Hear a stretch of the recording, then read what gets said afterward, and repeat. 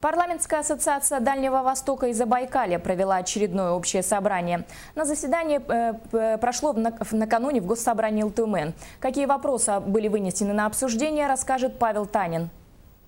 В работе заседания приняли участие представители законодательных органов 8 регионов Дальнего Востока. Это Якутия, Хабаровский, Камчатский край, Амурская, Магаданская, Сахалинская и Еврейская автономные области и Республика Бурятия. В повестку вошло 4 вопроса. Самым обсуждаемым стал пункт о предложениях ассоциации внести изменения в закон о дальневосточном гектаре. На сегодняшний день он отличается от первоначальной концепции. Принимали первоначальную концепцию данного законопроекта. Это прежде всего закрепление населения на Дальнем Востоке, это развитие производительных сил, экономики Дальнего Востока.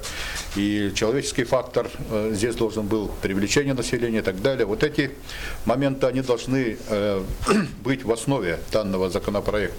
А если там начинают включаться какие-то другие новеллы, это уже с другой песни.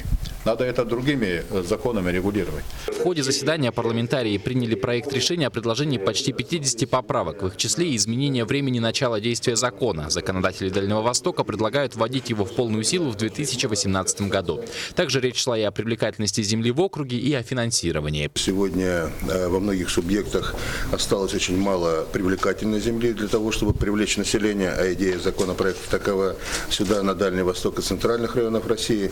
Ну и самое главное, что на сегодняшний день требуются большие капитальные вложения для того, чтобы отмежевать даже эти земли, которые сегодня многие не оформлены даже в собственность, в том числе и государственную. Но в целом, Александр Николаевич сейчас говорил, мы обсуждали с коллегами на парламентской ассоциации, закон требует серьезной доработки, поэтому не зря создана рабочая группа сегодня в Совете Федерации. Те предложения, которые сегодня направлены, я думаю, что они еще не все, потому что в ходе реализации закона мы уже видим, что многие моменты пробуксовывают. И самое главное, что они требуют дополнительных финансовых средств, которые сегодня многие дефицитные бюджеты просто не могут себе позволить. Кроме предложений поправок, парламентарии обсудили вопросы бухгалтерского баланса ассоциации и выборы ее председателя и заместителя председателя. Их решили провести в октябре этого года. Павел Танин, Василий Слепцов, НВК «Саха», Якутск.